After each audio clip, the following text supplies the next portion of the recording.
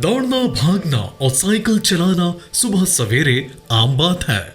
यह लगभग एक जैसा ही है सभी जगह, चाहे वो भारत हो या फिर यूरोप। हाँ, एक बात है जो यूरोप को खास बनाती है और वो है यहाँ के लोगों का साइकिल के प्रति प्रेम। यह सिर्फ सेहत से ही जुड़ा नहीं है, इसका संबंध एनवायरमेंटल सस्टेनेबिलिटी यानी पर्यावरणीय स्थिरता से भी है। यूरोप ग्लोबल वार्मिंग को लेकर बहुत चिंतित भी है और सजग भी। यहाँ के लोग ऐसी किसी भी सकारात्मक सोच के लिए एक दूसरे के साथ हमेशा खड़े रहते हैं।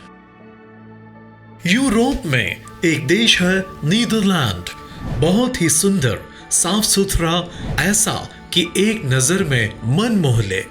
इसके पीछे एक बड़ा कारण है बाकी सब चीजों के साथ साथ यहाँ की यातायात व्यवस्था। चर्चित लेखक और पब्लिशर अमित तिवारी इन दिनों यूरोप की यात्रा पर हैं। वे कहते हैं, मैं इन दिनों नीदरलैंड की राजधानी एम्स्टर्डम के पास एक शहर एम्स्टरलवीन की प्राकृतिक सुंदरता का आनंद ले रहा हूँ। आपको यह जानकर ताज्जुब होगा कि यहाँ परिवहन के लिए बाकायदा एक व्यवस्था है। सबसे पहले यहाँ पैदल चलने वालों को तरजीह दी जाती है, जिससे कार्बन फुटप्रिंट शून्य हो जाता है। आपको बता दें कि कार्बन फुटप्रिंट ग्रीन हाउस गैसों, कार्बन डाइऑक्साइड और मीथेन आदि की कुल मात्रा जो हमारे कार्यों से पैदा होती है। दूसरे नंबर पर यहाँ अहमियत दी जाती है साइकिल को। इसके कई फायदे भी हैं, जैसे जगह कम घेरना और ज्यादा काम करना, सेहत दुरुस्त रखना, देश को प्रदूषण रहित बनाना। इसके बाद नंबर आता है यात्री यातायात व्यवस्था का। इसमें बस, ट्राम, ट्रेन शामिल है।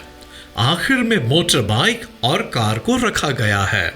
कार यातायात प्रमुखता की श्रेणी में आखिरी है, मतलब जब अति आवश्यकता हो तभी इसका प्रयोग किया जाता है, अन्यथा साइकिल ही मुख्य यातायात का साधन है। यह सिर्फ नीदरलैंड ही नहीं बल्कि यूरोप की सभी विकसित व्यवस्थाओं में एक सामान्य बात है। हमारे देश भारत में भी साइकिल का प्रयोग बहुतायत होता है। यह अलग बात है कि वो ज्यादातर थोड़ा अधिक पैसा कमाने और बाइक लेने के बाद पीछे छूट जाता है। भूल सारे कुछ लोग साइकिल चलाते जरूर दिख जाएंगे, पर वो भी वर्जिश के लिए। बाकी यातायात के लिए बाइक और कार ही प्रमुख साधन है। अक्सर विकासशील देशों में यह देखा जाता है कि कार एक तरीके से स्टेटस सिंबल के रूप में प्रयोग की जाती है, न कि सिर्फ यातायात के लिए। जबकि यूरोप, खासकर अभी नीदरलैंड में मैं देख रहा हूँ कि कार विशुद्ध यातायात में प्रयोग की जाने वाली मशीन के अलावा और कुछ भी नहीं है। यहाँ तो सरकारी अधिकारी से लेकर अच्छे ओहदे पर कार्य कर रहे निजी क्षेत्र के कर्मचारी भी साइकिल का प्रयोग करके ही कहीं आ जा रहे हैं। दूरी अधिक होने पर भी कार को प्रयोग में लिया जा रहा है। सभी की साझा जिम्मेदारी की वजह से ही यह जगह इतनी साफ सुथरी है। मैंने पाया कि जहां अपने यहाँ का युवा भी साइकिल पर चलने से कतराता है, वही नीदरलैंड और यूरोप में 80 से 90 वर्ष के बूढ़े भी साइकिल चला रहे हैं। बात करें स्त्रियों की तो साइकिलिंग के मामले में हमारे यहाँ इनकी हालत बहुत खराब है, जबकि नीदरलैंड में महिलाएं समान रूप से और हर उम्र तक साइकिल चला रही हैं। इसका असर उनकी सेहत और चाल ढाल पर भी दिखता है। नीदरलैंड और पूरे यूरोप में साइकिल को लोगों ने जितना साथ दिया है, सरकारों ने भी उसी स्तर पर सबका ख्याल रखा है।